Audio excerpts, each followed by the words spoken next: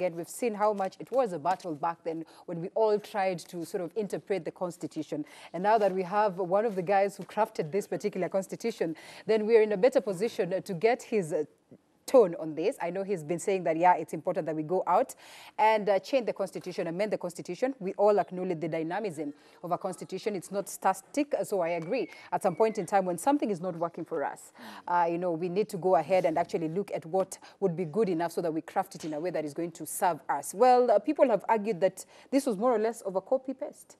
Justify that. That's the question. You see, the problem with a lot of us, especially when we politicize everything, including even the constitution-making process. First of all, let's understand this. Constitution-making is actually a negotiation. It's a negotiated agreement, and all the lawyers here can confirm. So, in fact, if I was given the chance to write our country's constitution, first of all, I will not take 1 year. Secondly, I'll probably write it, I'll make it very thin. Maybe it will just be a bunch of principles. But again, you also know the problem in our country. People do not even implement principles in this country. They don't even follow the law. So, in fact, there is a big argument in constitution making on how far or how long the constitution should be, or how simple the constitution should be. That's an argument with all constitutional lawyers or drafters anywhere in the world. But the question is, when people say, and I think this is again where I call on you, the media, when people say that this constitution was cut and paste, they should also be able to tell you from where. Let me tell you how we wrote this country's constitution. If you read the Constitution of Kenya Review Act of 2008, which gave the mandate of the Committee of Experts, and you know there are 4 organs. The Committee of Experts was basically on the driving seat, but there was the Parliamentary Select Committee, and then there was the National Assembly, and then there were the people of Kenya in a referendum. Now, what we did as a Committee of Experts, we never wanted to throw away even the Bomas process, which you participated in, Wakili. What we did, we actually drew a table, and we looked at the Bomas process. We looked at the Ufungamano. There are about 4 documents that we looked at. And then we also took into account the post-election report. And we said, okay, on this particular issue, where do these documents differ? That's how we managed to work smartly within the time frame of 1 year that we had been given. So when people say this constitution is cut and paste, they should also be able to tell you from where. Some say from South Africa, some say there from are Britain. principles in constitution making that are universal. You can't run away from it. For example, checks and balances is a common thing. The 3 arms of government is a common thing in the main constitution. Independent offices is a common thing. You know, human rights is a common thing in almost all constitutions in the world.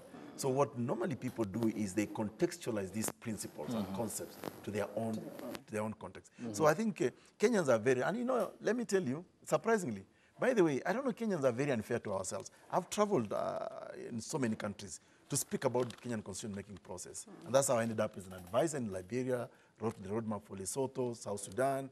I just came back from, South Sudan the other day, Madagascar, Comoros.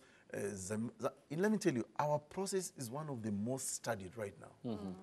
It's a very, very progressive constitution. I think the problem we have, the challenge we have, is in people who believe in this constitution. If you look at, for example, Chapter 6, did you know that we are the only country in the world that has dedicated a chapter on leadership and integrity? We are the only country that has said, we are so tired of the way we've been governed since independence. Now we want a certain type and character of leader. And we have constitutionalized that. We are the only country in the world. I mean, you can go to a website called constituteproject.org, and you will see about 194 constitutions, and you can even compare. Kenya is the only one. But now this is the problem. The people of Kenya gave themselves a chapter called Leadership and Integrity and say, we want a leadership that will not demean the office they hold. We want a leadership that will not disrespect the people. But who do we elect? When a Ekuru court says, I want to be president of this country, first people laugh. They say, oh, you're from the Turkana community. What numbers do you have? You don't have money. So how deep is your pocket? Exactly. So I think for me, we really have a very good constitution. I'm not saying it's perfect. And that's why, for example, my party, Godway Alliance, as you may know, we will be presenting our bill to amend this constitution. Have you hit the 1 million mark? Yes, we have. We are now, I think, at 1.3 million. Wow. So we will be presenting our bill to Chebukati on this coming Thursday, because we want to amend certain aspects of this constitution. For example, overrepresentation. We are so overrepresented in our country, and I keep on giving just only 3 examples. United States of America is 350 million people. But they've got 535 representatives, meaning one person represents about 625,000 people. India 1.3 billion people has only 800 representatives for both houses of Congress and House of Representatives, meaning about 1.6 million people, one person represents 1.6 million people. China, 1.4 billion people, has 1,200 representatives. So if you compare Kenya population of 46 million with 416 ratio representatives, we are 400% overrepresented. And that comes also with a cost. Parliament today costs us 36.8 billion. Annually. No, in a country where we are struggling with water, we are struggling about security, roads, and all that. So we are saying, let's address overrepresentation. That's what we are proposing. We are also saying, let's send more money to the counties. Let's use the ward as a unit of accelerated development so that we actually begin to measure. If this constitution, and this constitution, by the way, is very developmental. If you look at, for example, Article 204, try to bring about equality between the people of Kenya. What we are now proposing, let's now amend the constitution to use the ward as the primary unit of development. So that in my ward, I want to look at roads, clean water, electricity. Can my kids walk around the block to a school, hospital? So, contrary to what I hear, the rumors I hear from other people that they are also pushing for referendum. I don't know what is the referendum, what is it they have put on the table. The proposals. The proposals. The proposals. I hear some of them say that let's expand the executive. Expanding the executive purpose of achieving inclusivity. Our argument is the opposite. If you really want to be inclusive in this country, take services to people's doorsteps. Not accommodate tribal lords in government. We already are inclusive by virtue of the counties, the resources that go to these counties equitably. We don't need to talk about inclusivity, you know. Of course, putting into consideration the 14 points that we outlined in 2017. 16 actually, they're actually 16 points. The national conversation. Yeah, the national conversation. There's a small challenge there. Please. Before I'll of course let you in to bring in Benki Nudia, later Farah Malem and Dr. Ekuru to respond to the sentiments made by Musalia Mudavadi. I think quickly before I get to what Musalia Mudavadi said, I support Dr. Ekuru Okot on one thing, bringing development as much as possible to the ward level so that we have resources coming at the lowest possible level. That's how we are going to develop this nation. My only worry is, and sometimes when I talk about standards of education, I'm not saying it because I'm trying to throw away those people who have not been to school. But it has happened in this nation that people think that the least educated people should be the MCAs, which in my view I think is wrong. When you have a person who has not gone beyond class 7, I think at class 8, the biggest mathematics we ever did was for 2 million shillings. Beyond that, those figures were told, you're not ready for this, you'll do them in high school. Now, these people sit at county assemblies as people who are supposed to ratify budgets. And the budget of Nairobi has a few billions. So the MCA looks at these zeros and he says, I've never seen such many zeros. And he's supposed to give a verdict on to how those billions will be used for the county. I think, and of course, having been a lawyer, we would hate to have a constitution that is too bulky that mentions everything. But every time we say the parliament shall legislate on the levels of education at various things, it has always been put forward. It was supposed to have been, I think, a diploma for MCA and a degree for MP, but it was pushed to 2022. And I see that being pushed forward again to 2027. I think in as much as we are trying to take resources to the people, at the lowest possible level, let us also find a way to make sure that those people who are sitting to manage those resources are capable of understanding that a billion has got 9 zeros and why those zeros are 9 and not 8 or 7 or 6. And then finally, to what Musalia Mudavadi said, I think the spirit is good. Because the spirit is, if you're a Kenyan and someone comes and tells you we are going to do a referendum, ask them, how is that referendum beneficial to me as a person? I think the spirit is good, the principle is good, that let us not just have a referendum that is for the benefit of other people. And finally, I keep saying, when Senator Obama became president and he beat McCain, McCain went home. He got nothing. When the current president, Donald Trump, became president, Hillary Clinton was ready to go home, and quietly for that matter. But Hillary beat him on a popular vote. Yes. This is the only nation. This is the only nation when you go to a stadium and you play football and you lose, you take stones and beat the people who bet you. You know, you start because by beating the referee. you feel that you're entitled to win, and you must win. And that's the principle that now we are taking now and trying to say that winner takes it all is a bad thing.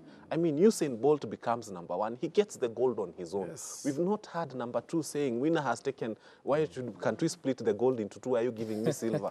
I think and even their salaries, when they're in government and they get their salary, they don't share it. They don't. Yeah. I agree with Ekuru Okot on Punguza Mzigo, which essentially is that we have a lean, mean government that is able to deliver. We have a bloated government, there's no question about that, and legislature is thoroughly bloated. So, but my way of looking at it is different. I'm looking for a referendum right now because I want us to change the system from a presidential system to a parliamentary system for purposes of accountability. A prime minister comes to the floor of the House to be accountable to the people through their own elected representatives. Right now, we have an imperial president. Basically, he sits in there, he gives orders and commands, and this is what we've been fighting from the very beginning when we had the NCC and all that movements to change this country and make it a truly democratic country. So I agree with that. And of course, there can be one or two deputy prime ministers who will be there when the prime minister is not there.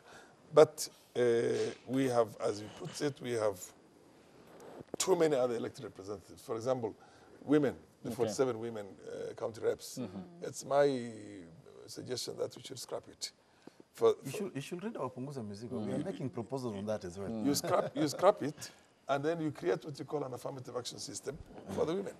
You give them money, you support them, so that they're able to compete. Because once you have a democracy, and it's all constituency-based, then it's not fair. It's not a communist country. This is the old communism and the socialist states who used to have a representation, youth, and everything. But then you make an affirmative action for youth, for the disabled, and for women also, so that they can have a better way of running these things. Now, referendum is a must. We have seen, and I'm glad that, and I think I should be able to come along with you. Anybody who comes up with that, we might want to add a few more things, but I agree with the fact that we need to have the numbers of signatures to make sure that we have a referendum in the country. So we have interrogated this constitution for all these years now from 2010. We have seen the challenges. There's need for us to look at those challenges afresh right now. And I agree with Musalia Mudavadi. He tells you what is in it for me as a common man, not as an individual who is seeking a leadership position, but as a common man. What is in it for me? So Punguza Mzigo is, or rather, let us change the system of governance and have, by the way, and have also within the structure. I don't know how we're going to do it, because I have a judiciary here that sickens me. We have a judiciary that you really, it's just another form of, you've created a monster. Independent officers and commissions, independent judiciary, but all you need is that you shielded them from everything. So every judge can do what he wants. Every judge or magistrate or... I'm not sure I agree entirely with you. No. Can do what he wants. Because what kind of law would you be... A judge determines a case in a given manner. You go to a 3-bench judge, and then you again. And then the Supreme Court throws out these things on technicality, when the Supreme Court is only supposed to look at constitutional matters. The judge who just said that it is not wrong to drive when you are drunk, as long as you can control yourself. So we need to... So let me as I finish. First of all, to Musalia Mudavadi, I wish the clergy in this country should ban all politicians from speaking from the pulpit. Really, I wish they could do that. Because I think the church has been abused, in my view. It should not be an avenue for talking politics. Because you see, and I make this very extreme example. You know, when people say that, oh, constitution is not serving us right, the rule of law, sometimes I ask myself, the 10 commandments, there are only 10. The Quran, all those, we have not even lived by our religious teachings. We keep on blaming the constitution. So I think the first thing is, politics should stay out of the church. But secondly, he is asking proposal.